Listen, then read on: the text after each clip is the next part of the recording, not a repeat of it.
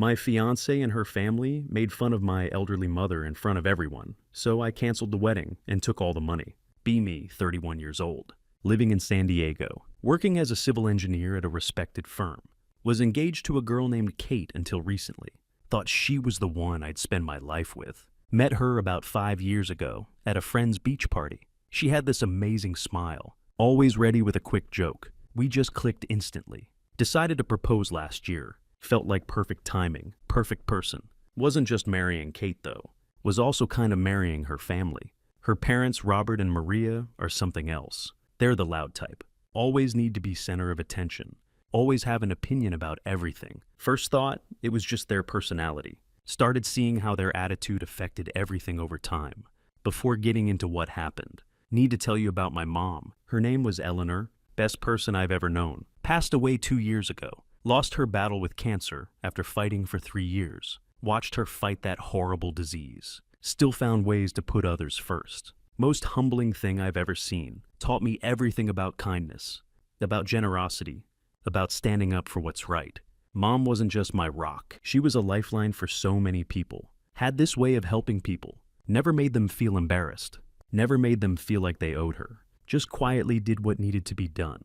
That included Kate's family. Robert and Maria owe her so much. You wouldn't know it by how they talk about her now. When I first introduced Kate to my mom, it went pretty well at first. Mom liked Kate, told me so directly. Kate seemed polite enough. As things got more serious, though, started noticing Kate didn't really get along with my mom. Nothing dramatic at first, just small comments here and there. Kate would call my mom overly involved, or a little too eager to help. Really rubbed me the wrong way. Tried to tell myself it was just nerves, or Kate trying to adjust to being part of a new family.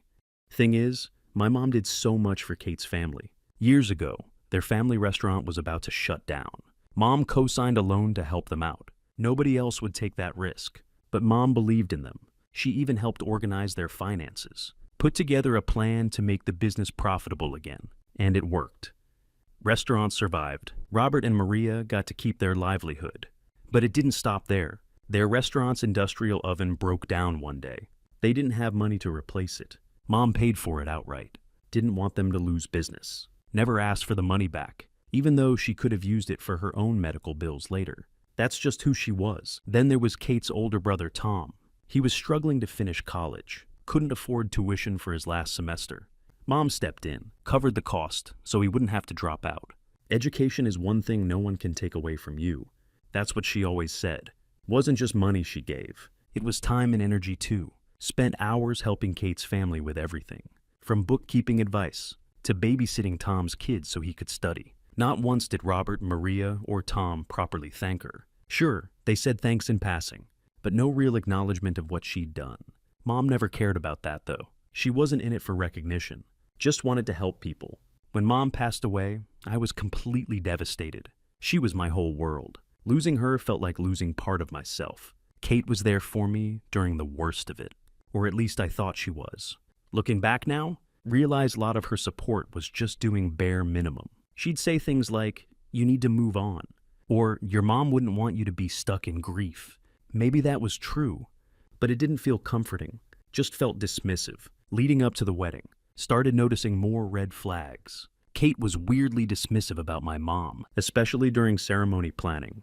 Wanted to include a small tribute to Mom during the vows. Kate just brushed it off. Isn't that going to make people sad? Weddings are supposed to be happy. Let it slide because didn't want to start a fight. But little things like that kept piling up. Then there were the comments from Robert and Maria. Had this way of talking down to me, like they thought Kate was marrying beneath her. Robert once joked about how Kate was upgrading her life by marrying someone from a simpler background. Maria would say things like, "Well, we all make sacrifices for love." Like Kate was doing me a favor by marrying me. It stung pretty bad.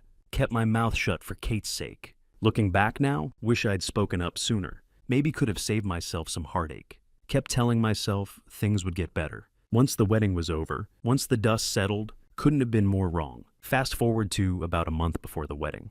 That's when everything really started falling apart.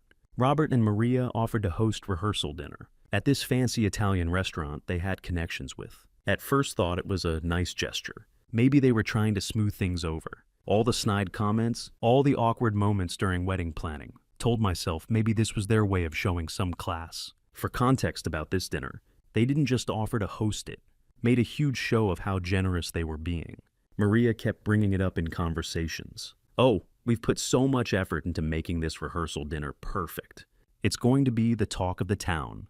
Robert chimed in every chance he got, reminding me and everyone else how the restaurant was one of the best in the area, how lucky we were they could secure it. Whole thing started feeling less like a gift, more like an ego boost for them. Whatever, though, was focused on making the wedding happen. Let them take control of the rehearsal dinner. Big mistake. As we got closer to the date, Robert and Maria's true colors really started showing. Every conversation turned into backhanded comments or passive-aggressive remarks. Tried to confirm guest list for the dinner. Maria rolled her eyes. We'll handle it. You don't need to stress over the details. I just show up and enjoy. Was such a small thing, but it really bugged me. This was supposed to be our event. Shouldn't Kate and I have a say in who's coming? Then there was the menu drama. Maria made this huge deal. It's about how they were curating a high-end dining experience. Kept saying things like, we've got the chef to create something really special. Nothing like what you normally find back home. That last part was her favorite dig. Back home, loved reminding me I wasn't from their social circle. I'm from a small working-class town. They never let me forget it. Tried to brush it off. Focus on the bigger picture. Kept telling myself, it's just one night. Smile, nod, and get through it. But even Kate was starting to act weird. She'd always sided with her parents. But in the weeks before the dinner, it got so much worse. Anytime I brought up an idea or concern, she'd wave it off. You're overthinking this. My parents know what they're doing. It wasn't just about the dinner anymore. It was how they made me feel like an outsider. In my own relationship, they treated me like I should be grateful. That Kate was willing to marry me. And Kate never stuck up for me. If anything, she encouraged it. By laughing along, or dismissing me whenever I tried to bring it up. A week before the dinner, there was this incident that should have been a huge red flag. Kate and I were at her parents' house, finalizing wedding details. Maria was in full control mode, flipping through seating charts, going through flower arrangements, like she was planning a royal wedding, made a suggestion about changing the centerpieces to something simpler, something my mom would have loved. Maria didn't even look up from her binder. Oh, Eleanor had interesting taste, didn't she? But this is Kate's day. Let's keep things modern, shall we? I just froze. Such a subtle jab, but it hit me hard. Kate didn't say a word, just kept scrolling on her phone, like nothing had happened. Wanted to call Maria out right then, but didn't want to start a fight. So I swallowed my pride, stayed quiet. Looking back, hate that I didn't say something. Every little insult and slight was adding up, but I kept brushing it off. Didn't want to rock the boat. Thought I was keeping the peace. Day of the rehearsal dinner finally arrived. Could feel the tension in the air already. Kate and I drove to the restaurant together. Tried to make small talk, lighten the mood. She was quiet though, just scrolling through her phone, barely responding. Asked if she was excited. She just shrugged. It's just a dinner, don't stress. Just a dinner, right? When we got to the restaurant, Robert and Maria were already there, acting like they owned the place. Robert standing by the entrance, shaking hands with guests as they arrived. Maria busy giving instructions to the staff. Whole thing felt more like a corporate event than a family gathering. Restaurant was over the top fancy. White tablecloths, crystal chandeliers, the whole 9 yards. Kind of place that screams, look how important we are. Just made me feel more out of place. As guests started arriving, noticed something weird. Most people were from Kate's side of the family. Maybe 3 or 4 people from my side. My dad, my sister, couple of close friends and relatives. Everyone else was either Kate's relative or one of her parents' business associates. They'd turned the rehearsal dinner into some kind of networking event, pulled Kate aside. Why aren't more of my family here? She gave me this exasperated look. Your family's small. My parents had to fill the room somehow. It's not a big deal. Not a big deal. That was her answer for everything. Bit my tongue, went back to mingling. Couldn't shake the feeling. This dinner wasn't about us. It was about Robert and Maria showing off. They'd hijacked what should have been our celebration, turned it into their personal spectacle.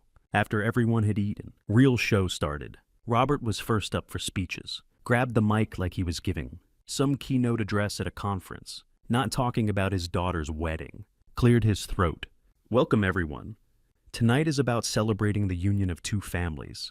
Our Kate and, of course, said my name like it left bad taste in his mouth. Sat there trying to stay calm, but every word out of his mouth was a thinly veiled insult. Started talking about how proud he was of Kate. She's always been the star of the family, always known what she wanted in life. And now she's marrying someone who'll keep her grounded. Smirked when he said that. Couple of people actually chuckled, just stared at him, wondering if I'd heard him right. Then launched into this story about how Kate was always a high achiever. Even as a kid, how it was good thing she had their guidance. To stay on the right track, at one point he said, "We've always taught Kate to aim high." And while he might not be what we envisioned at first, trailed off, let the sentence hang, like it was supposed to be funny. Could feel my dad and sister glaring at him from across the table. Next up was Maria, strutted to the mic like she was accepting an award. Her speech started off okay. Talked about how much she loved Kate, how excited she was for the wedding, but then started making these little digs about me. Talked about how Kate was the perfect daughter, who deserved the best in life. It's a good thing she's patient, because she's taught him so much already. Almost choked on my water. What had Kate taught me? How to bite my tongue while her parents insulted me. Then Maria turned to me directly. "We're so happy to welcome you into the family. It'll be nice to finally have someone who doesn't mind getting their hands dirty, right?" She laughed. Few of her relatives joined in. Glanced at Kate, hoping she'd step in, or at least look uncomfortable. But she was smiling along with them. And just when thought it couldn't get worse, Robert got back up to the mic, clinked his glass. "One last thing before we wrap this up. I just want to acknowledge someone who's no longer with us, but played a big role in shaping who he is. His mom, Eleanor, for a split second, thought he might actually say something kind. But no. Instead, he said, Eleanor was one of a kind. She had a habit of inserting herself into situations. Didn't she? Always had an opinion about how things should be done." He laughed. Maria chimed in. "Oh, she definitely had strong opinions. Remember how she always insisted on helping us? Even when we didn't ask? Couldn't believe what I was hearing.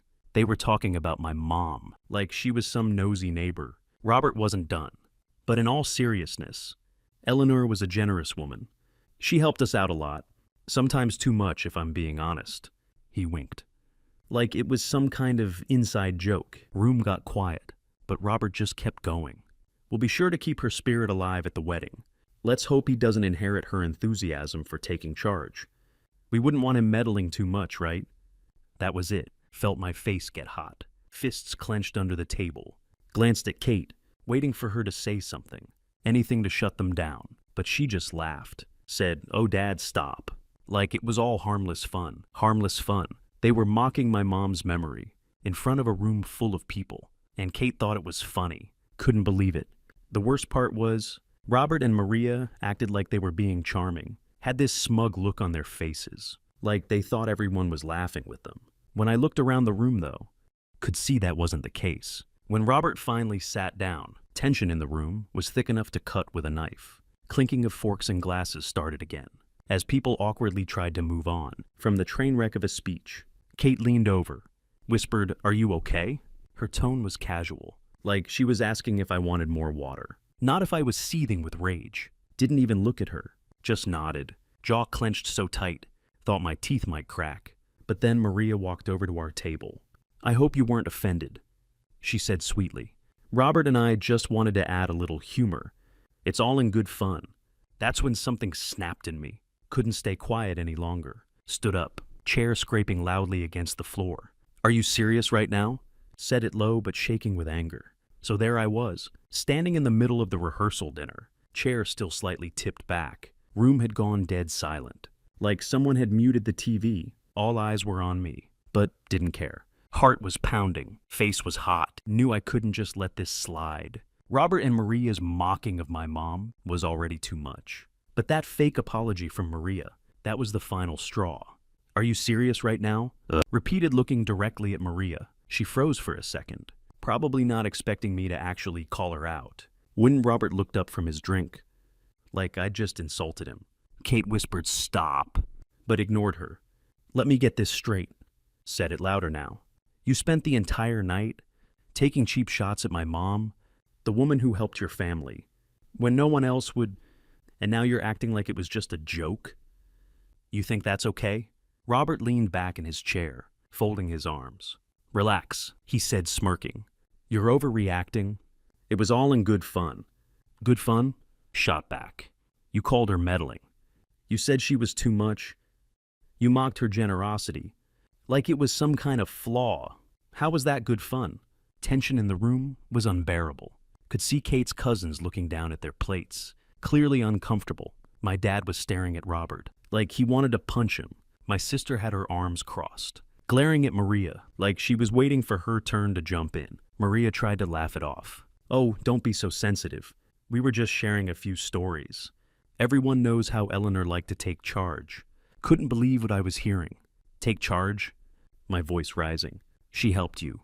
She saved your business when you were about to lose it. She paid for your oven repairs, your patio remodel, and your son's college tuition. And this is how you repay her? By turning her into some kind of joke. At a rehearsal dinner, Robert sat up straighter, clearly annoyed now. All right, that's enough. Trying to sound authoritative. We didn't mean any harm. But if you're going to throw a tantrum about it, maybe you're not ready for marriage. That comment showed everything. How little respect he had for me. Or for my mom. Kate finally spoke up, tugging on my sleeve. Can we just go outside and talk? Please? Pulled my arm away. No, Kate, we can't. Not until your parents understand. How disrespectful they've been. Maria sighed dramatically, like she was the victim. This is supposed to be a happy occasion.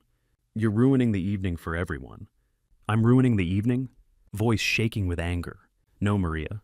You ruined it the second you decided to trash my mom in front of everyone. Turned to Kate, and you just sat there and let it happen. Kate's face turned red. I didn't know they were going to say all that, she said defensively. But you laughed. Shot back. You laughed at every single insult. You didn't even try to stop them.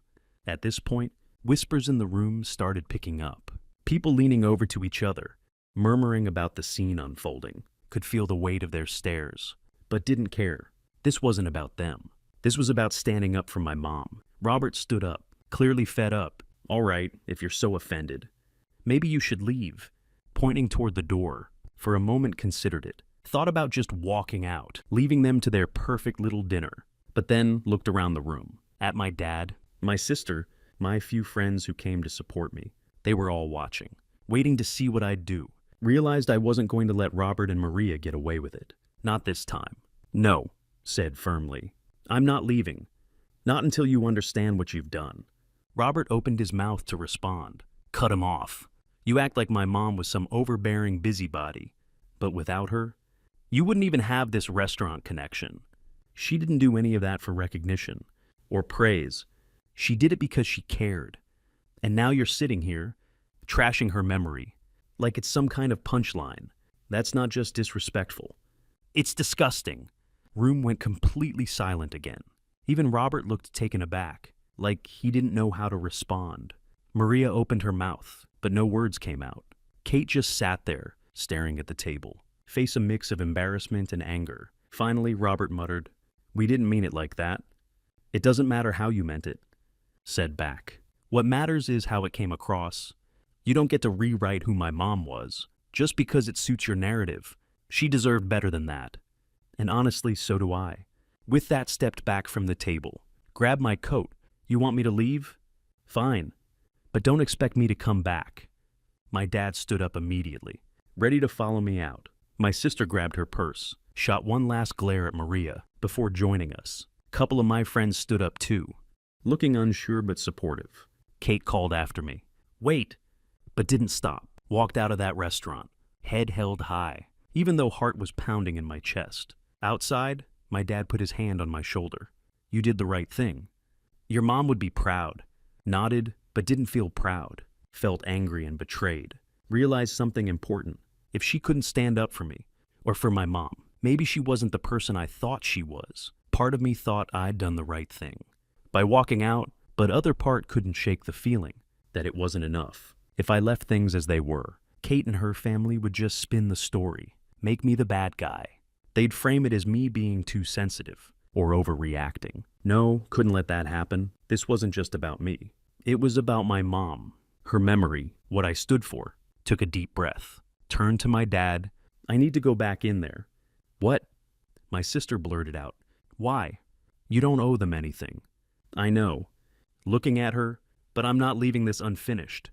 Need to make it clear to Kate, to her parents, to everyone, that I'm done for good. Oh, my dad hesitated, then nodded. If that's what you need to do, we'll back you up. No, shaking my head. This is something I have to do on my own. My sister looked like she wanted to argue, but she held her tongue, turned and walked back toward the restaurant. Stomach was in knots, but mind was clear. Wasn't walking back in there to cause a scene.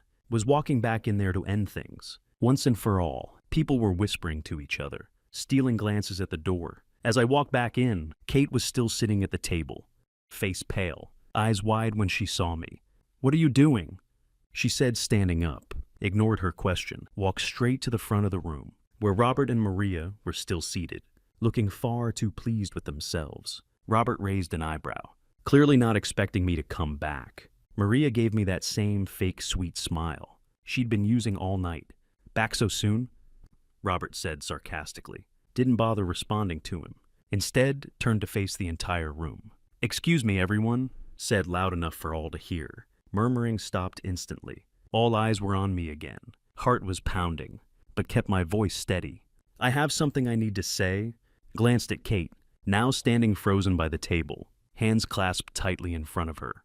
I know this isn't the time or place anyone expected for this, but after what's happened tonight, I don't see any reason to wait. Took a deep breath. Continued. This wedding is off. Room erupted. Gasps. Murmurs.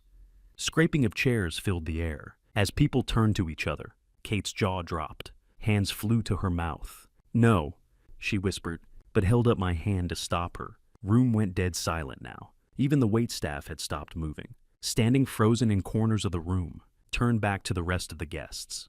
This isn't just about tonight, said firmly. This is about the kind of family I'd be marrying into. A family that doesn't respect me, doesn't respect my mom, and doesn't respect the values I was raised with. I can't and I won't spend the rest of my life being treated like this. Robert finally found his voice. You're making a big mistake, kid. His tone dripping with condescension. You're throwing away a good thing over nothing. Laughed bitterly. Nothing? You think disrespecting my mom is nothing? You think treating me like I'm less than is nothing? No, Robert. The mistake would be going through with this wedding and tying myself to a family that doesn't deserve me. Maria looked like she was about to cry, or maybe just embarrassed, that their little show had backfired. Let's not make decisions in the heat of the moment, she said, voice shaky.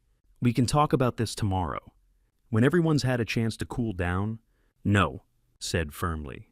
We're not talking about this tomorrow, or ever. This is done. Turned to Kate one last time.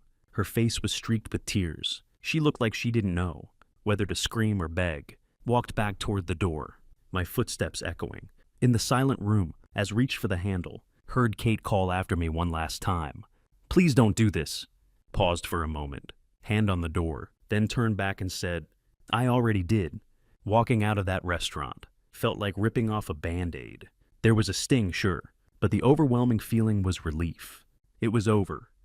The wedding, the constant disrespect, the feeling of being second best. In a family I was supposed to join, all of it was behind me.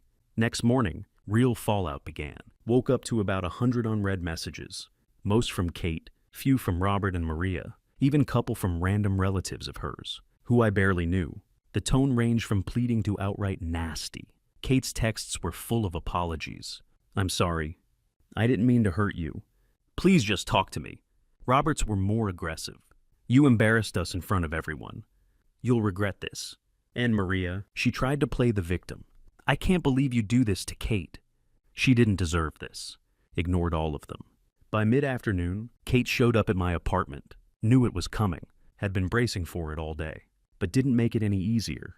When opened the door, she looked like she hadn't slept. Eyes were red and puffy. Face was blotchy from crying. Still wearing the dress from the night before. Like she'd gone straight home and cried herself to sleep. Can we please talk? she said softly, voice shaking. Crossed my arms, leaned against the door frame. What's there to talk about, Kate? I made myself pretty clear last night. She flinched like I'd slapped her, but didn't back down. I know you're angry, and you have every right to be, she said, but we can fix this. We can work through it. Shook my head. You don't get it, do you? This isn't something we can just work through. She wiped her eyes with the back of her hand, voice cracking as she said, I was scared, okay? I didn't know what to do. Scared of what? Asked, frustration boiling over. Scared of upsetting your parents?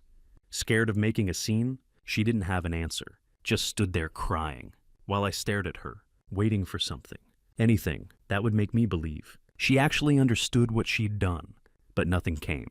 Her eyes widened. She took a step closer. Please, she whispered, don't do this. We can make it work. I'll talk to my parents. I'll make them apologize. Just don't end it like this. Shook my head again. It's not just about your parents, Kate. It's about you. Last night showed me exactly who you are. And I can't unsee it. I deserve better than this.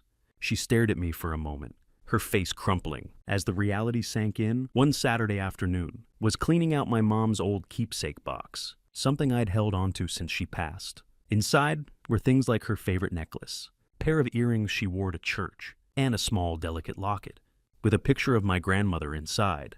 That locket had been in my family for generations, passed down from mother to daughter. Mom had given it to me before she passed. One day you'll know the right person to give this to. She'd said. I'd kept it tucked safely in the box ever since. It wasn't just a piece of jewelry. It was a piece of her, of our family history. But when opened the box that day, it was gone. At first thought I was imagining things. Tore the box apart, carefully searching through every corner. But it wasn't there. Checked the drawers where I kept the box. The shelves, even the floor around it. Nothing. Heart sank as realization hit. Someone had taken it. Only person who'd been in my apartment recently, besides family and close friends, was Kate. Stomach churned as pieced it together. She'd come over a few days after the breakup to drop off the engagement ring, asked to use the bathroom before she left. Thought nothing of it at the time, but now it all made sense. Grabbed my phone, texted her. Did you take the locket from my mom's keepsake box? A few minutes later, she replied, What are you talking about? Didn't buy it for a second. You know exactly what I'm talking about. The locket my mom left me, it's gone. You're the only person who's been in my apartment recently. Did you take it? She didn't respond right away, but when she did, her message made my blood boil. I borrowed it because I wanted to keep a piece of her with me. I thought it would help me feel closer to you. Borrowed. She borrowed it without asking, without even telling me. Couldn't believe the audacity. Called her immediately. When she picked up, she sounded defensive, like she was the victim in all this. It's not a big deal, she said. I was going to give it back. Not a big deal? Snapped back. That locket has been in my family for generations. It's not some trinket you can just take because you feel like it. How could you even think that was okay? I just wanted to feel connected to you, she said, voice trembling, like she was trying to play the sympathy card. I didn't think you'd notice. Of course I'd notice, shouted. It's my mom's. And the fact that you didn't think to ask me first makes it even worse. She started crying at that point, but wasn't in the mood to comfort her. Where is it? Demanded. It's at my parents' house, she admitted through sobs. I didn't want to lose it, so I left it there for safekeeping. That was the last straw. You took something that didn't belong to you, something that means more to me than you'll ever understand. And you just left it at your parents' house? Are you kidding me? I'm sorry, she whispered. Sorry doesn't cut it, said, voice cold. I'm coming to get it now. An hour later, was pulling up to Robert and Maria's house. My anger had only grown during the drive. By the time knocked on the door, was ready to explode. Maria opened it, her fake sweet smile fading, when she saw the look on my face. What are you doing here? She said cautiously. I'm here to get my mom's locket, said bluntly. Kate told me it's here. Maria's face shifted into a mix of confusion and annoyance. Kate took a locket? Why would she? Just get it, interrupted. She narrowed her eyes, but stepped aside to let me in. A few minutes later, Kate came downstairs, holding the locket in her hand. Her eyes were red. face was blotchy, but didn't care. All I saw was the locket dangling from her fingers, like it was nothing. "Here," she said, holding it out to me, snatched it from her hand, inspected it carefully, making sure it was the same one. When satisfied, stuffed it in my pocket, turned to leave. "Wait," she said, voice desperate. "I didn't mean to upset you. I was just... You stole from me, Kate." Cut her off. From my mom? Like what you'd already done wasn't enough. Her face crumpled, started crying again, but didn't stop. Walked out the door, slammed it behind me. In the days that followed, blocked her number, deleted her messages, cut off every possible way. For her to contact me, was done with her, her family, and all the drama they brought into my life. Calling off the wedding had been hard. But this was the final nail in the coffin. And as tiring as it was, it also felt like closure. I'd stood up for myself, for my mom, and for the values she'd instilled in me. Knew I'd made the right choice, and for the first time in a long time, felt at peace.